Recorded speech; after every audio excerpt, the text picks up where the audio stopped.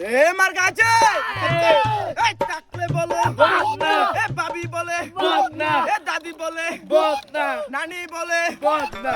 মানবতার ফিরুল্লাহ গরিবের বন্ধু নেতাজিকে আজকে পেয়েছি, কিছু কথা প্রশ্ন করব।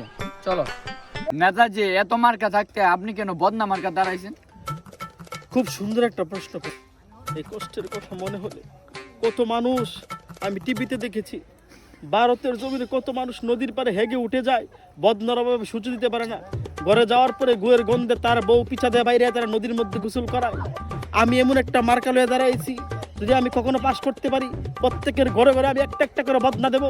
হাগার পরে যেন কোনোভাবে যেন কোনো ব্যক্তি না সূচু দিয়ে ঘরের মধ্যে গিয়ে শুতে পারে। এই ভারতের মানুষ ফুসুনা দিয়ে ঘরে চলে যায়, এই জন্য ঘরের মধ্যে কত ঝগড়াঝাটি হয়।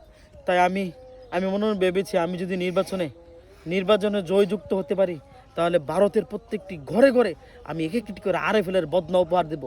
তারা যেন হাগু দেওয়ার পরে ভালো করে সূচু দিয়ে ঘরের মধ্যে গিয়ে শুইতে পারে, ঘরের মধ্যে যেন কোনো ঝগড়া না হয়।